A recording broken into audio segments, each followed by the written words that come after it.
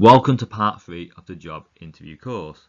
In this section we're going to focus on the interviewer's behaviour and how the interviewer's behaviour affects how the applicant acts during the recruitment process. We'll talk about the self-fulfilling prophecy, expert interviewers, warm and cold interviewers, and alpha interviewers during interview panels. An interviewer's belief can create a self-fulfilling prophecy. If, for instance, an interviewer has a subconscious negative bias towards an applicant due to any number of characteristics, the interviewer's behaviour towards that candidate will subtly change. The interviewer's behaviour indirectly affects how the applicant acts. The applicant, now potentially acting out a character, confirms the interviewer's initial negative assessment, resulting in a less than favourable scoring, thus creating a self-fulfilling prophecy. This process is more persistent with low confident candidates who are more inclined to internalise the negative behaviour of the interviewer, believing they, the interviewee, had given cause for the interviewer to act in this way. This belief further decreases the candidate's confidence levels. For high self-esteem applicants, the initial assessment and therefore the interviewer's behaviour rarely impacts the interview performance. Confident candidates will take a similar approach to the interview regardless of the interviewer's behaviour due to the ability of externalising the interviewer's actions, believing that the actions are in no way a reflection of them, the applicant. This results in continuous self-promotion delivered with conviction. The applicant's level of confidence affects how they communicate their competencies to the employer, often resulting in high-scoring interview answers. But the type of person who interviews you can have a direct effect on the job interview outcome. A warm interviewer offering encouragement with smiles, nods of the head and asking additional questions will increase the interviewee's confidence level. In contrast to that, a cold interviewer who frowns and talks will reduce the candidate's confidence level and their level of self-esteem. Applicants with low levels of self-esteem perform as well as high confident candidates when interviewed by a warm interviewer. Both candidates will give descriptive interview answers. But when interviewed by a cold interviewer, the low self-esteem applicant is more likely to withdraw. The employer, perceiving the lack of communication as an indication of a low level of knowledge and experience, can also withdraw and become more cold. This cold cycle process rarely allows the applicant to promote their skill set and their experiences, resulting in a distorted assessment of the applicant's offer. This means the more confident you are, the more likely you are to communicate your competencies. As mentioned earlier, highly confident interviewees, through their ability to externalise the interview's behaviour, are less likely to be affected by a cold interviewer. On the opposite hand though, a highly confident applicant can be over the top with their communication, sometimes trying to trick the interviewer to believe that they got a higher skill set than they actually possess. An expert interviewer, someone with a high level of knowledge and experience in their sector, will often challenge an applicant if they don't believe what they're saying, or sometimes just out of industry intrigue trying to get more information to improve their own level of knowledge and experiences. So a confident applicant often does well in any type of job interview, but they often have to be careful not to oversell themselves when talking about things that they rarely know, because an expert interviewer will often challenge them on that piece of criteria. Conformity bias happens when an individual's decision-making process is swayed by what other people think. Going back to unconscious bias, long ago HR teams realised that employing a panel interview will help create a fairer recruitment process, as each individual interviewer on that panel can create their own notes, allocate their own scoring before coming together at the interview end to normalise the interview scores.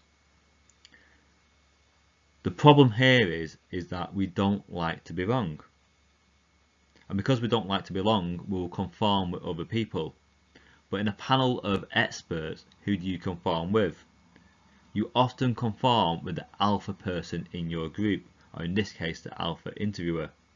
So applicants ideally need to identify who the alpha interviewer is and ensure that you win that person round, because they will have the biggest voice at the interview end. So we're coming to the end of section 3 of the job interview course. So let's have a little reflection of what we've learned so far. So one thing we learned is that the pre-interview opinion can have a massive effect on the job interview outcome. This is the halo effect. To increase your pre-interview opinion, you need to ensure stuff like your social media feed is very positive and sector related. You need colleagues, managers and other people in the industry to talk positively about you. You can even do stuff like write your own book and then get that published on Amazon, because that shows authority in your particular sector. But in the main, because we write job applications and CVs to apply for these job roles, what you need to be doing is ensuring your unique selling point, your skills, your talents really shine through during that application process. So the employer wants to recruit you, they want to interview you because they want to hear more about what you have to say. That pre-interview opinion and then the initial opinion when an employer first meets you, which embeds all that unconscious bias that we talked about in section 2 of the job interview course. So how you stand, how you walk, how you talk, your gender, your age, your skin colour, all these things have an effect at the unconscious level of the employer's opinion of you. But because it's a job interview environment and they're looking for someone to recruit for that particular job role, and ideally people aren't going to be sexist and ageist and racist, even though we know a percentage of people do have those traits. Confidence here is the key. If you come across as confident, full of self-esteem, you have a better likability factor, you'll build rapport with the employer, and their self-fulfilling prophecy will be a positive one.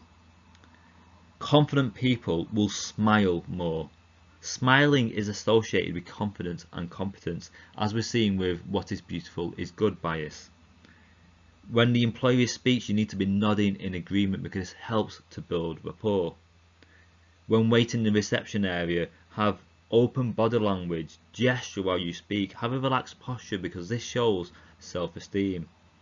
When introduced to the receptionist or the employer, have strong eye contact when speaking because this creates authority.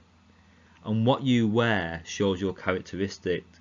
So wear clothes that fit your body type because this increases desire when they first meet you. It's very important for that first impression to be positive and strong, because all the interview answers and all your mannerisms and your characteristic and everything that you say throughout that job interview is filtered through that unconscious bias filter. So your initial impressions has to be as positive as you can make it. Later on in the course, I'm going to teach you some techniques to improve your job interview confidence, to give you more self-esteem, to give you more confidence so you're more charismatic in the job interview. But for this section and for this task, what I want you to do now is start thinking about how you can improve that initial first impression. So what I want you to do is focus on 3 things. So the first one is, I want you to think about the outfit that you wear for your job interview. Okay, so go and get that outfit, pull it on, look in the mirror and see how it comes across. Like, do you look like a confident person?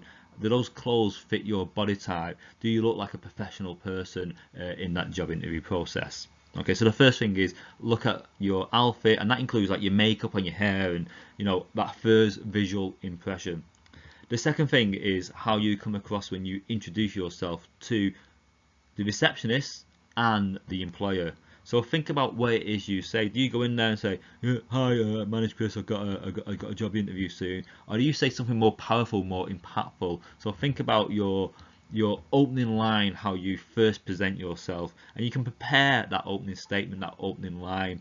In public speaking, we teach people to do the elevator pitch, where you imagine you meet someone in the elevator and you have to pitch to them in 30 seconds. So what you say has to be short and impactful.